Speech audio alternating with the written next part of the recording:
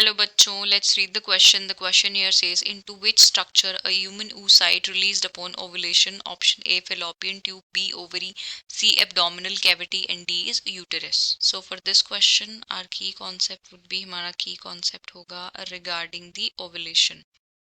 Ovulation. So ovulation is a phase in the menstrual cycle when ovary releases an egg. Phase in the menstrual cycle.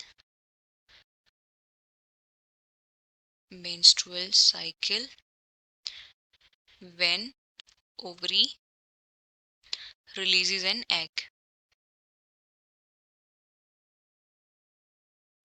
तो उसको बोला जाता है ovulation. अब female के अंदर अगर हम बात करें तो ओव्यूलेशन होती है व्हेन जो ओवेरियन फॉलिकल होता है वो रप्चर होता है और वो किसको रिलीज करता है? सेकेंडरी oocyte को रिलीज करता है. So it occurs when the ovarian follicles rupture and release the secondary oocyte.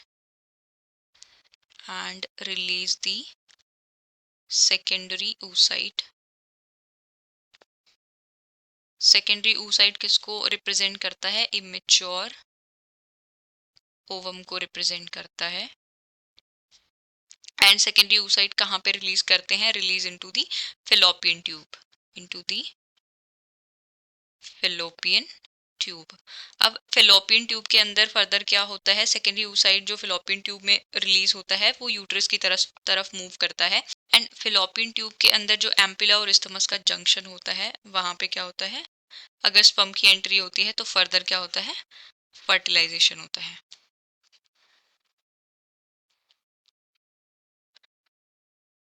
Fertilisation कहाँ पे? Ampullary isthmus junction.